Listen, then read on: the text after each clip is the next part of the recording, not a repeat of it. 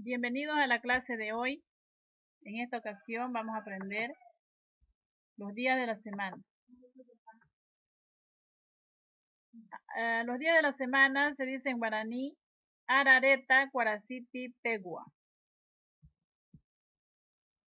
Para aprender los días de la semana debemos de dominar esta parte que es la parte del calendario. ¿Ya? Año, Arasa. Semana, Cuaraciti. Ara se dice día y Yasi mes. Los días de la semana, Arareta, Cuaraciti, Pegua.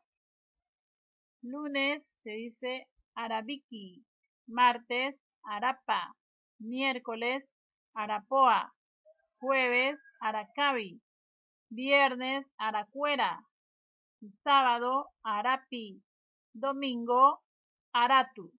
Aquí hay que tener en cuenta todos los días se dice ara.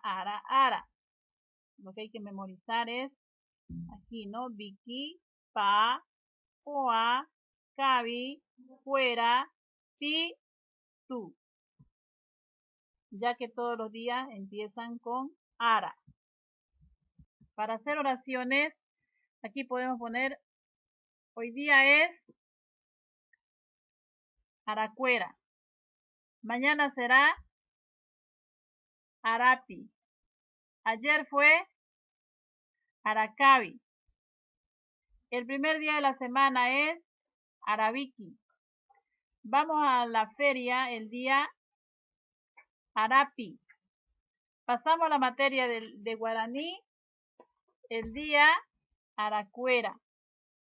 A la iglesia vamos el día Aratu. Ya Soropay.